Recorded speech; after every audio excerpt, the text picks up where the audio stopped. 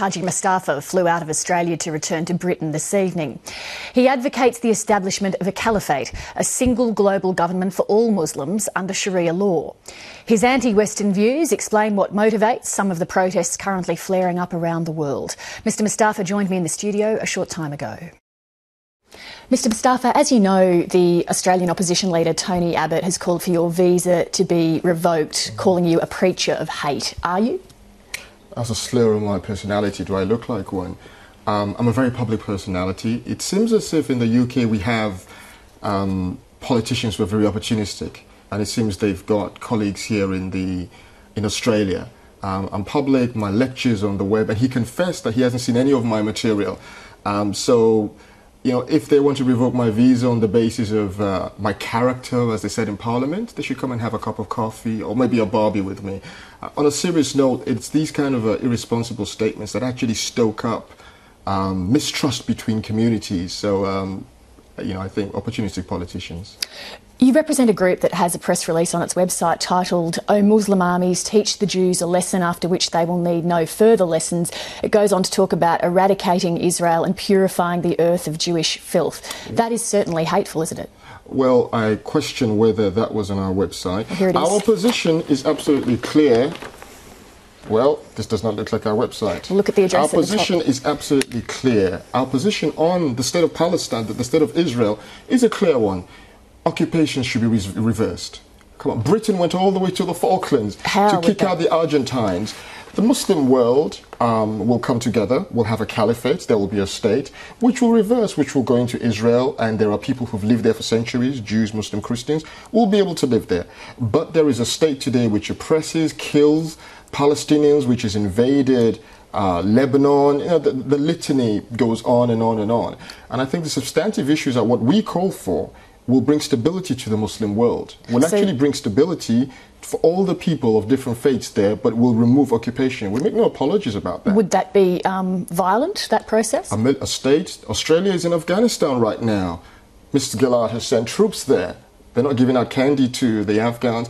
Look, occupation of Muslim world, the Australian government cannot preach to any Muslim in the world about having a non-violent foreign policy. Come on, that's a nonsense. There are many in Australia who are questioning that. We say that such occupation should end in the Muslim world. Australia should bring its troops back home, so should the US. And the Muslim world, doesn't it have the right to determine its own future under an Islamic order, a caliphate? But I'm trying to get to the bottom of whether Tony Abbott's called you hateful. I'm trying to get to the bottom of what your views are. Do you think that Jews should be eradicated? No. What's that? Islam has a long history of saying that Muslims, Jews and Christians, the only time Jews lived successfully in the Muslim world, Christians lived successfully, was under the Caliphate, under what we call for. What did you think about the protests in Sydney on the weekend? I think it was concerning. But, you know, this is a part of, it's something that's happening all over the world.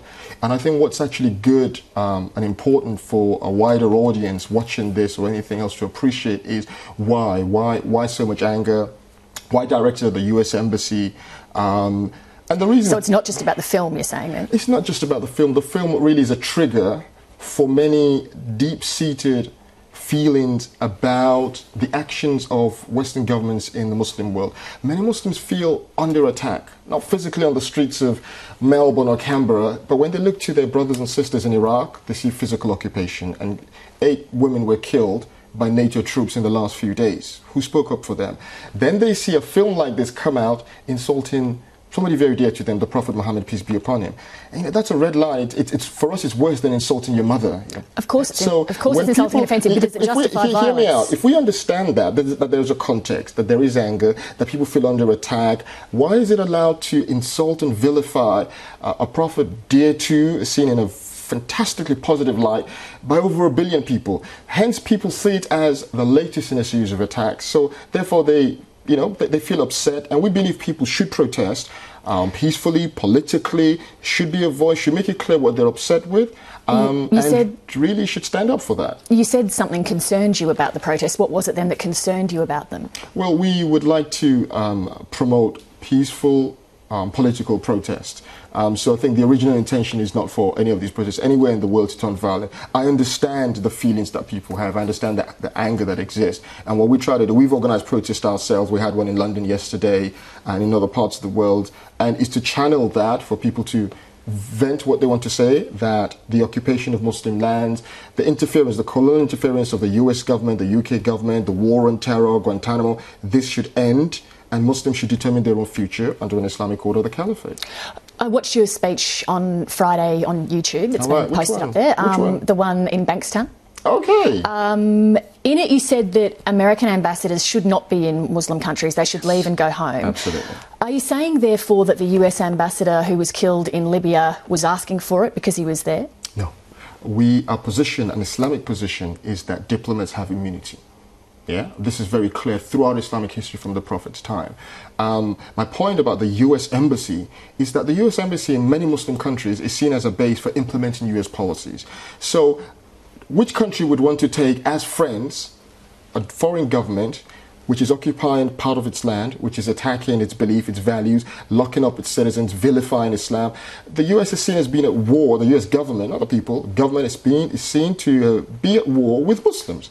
But in the case of Libya, should the Americans not have intervened there? You know, Colonel Gaddafi wasn't exactly doing a great job for his citizens. Colonel Gaddafi was backed by the British government, trained his ministers, by the US government, Tony Blair meeting Gaddafi in the tent. So the foreign governments of the West they've been joined at the hip with the worst, most brutal dictators who are oppressing people. They cannot lecture us about that. We have a vision for the future, which is that under the Caliphate, people choose a ruler. That ruler should be independent. We should have an independent foreign policy, which means foreign governments, foreign powers, Western powers, the UK, the US, should not interfere in the Muslim world. We can trade and deal with the world, but controlling and dominating the economy and the politics, this has to end. I mean, people want a new future. Mr. Mustafa, thank you very much for coming in. Thanks.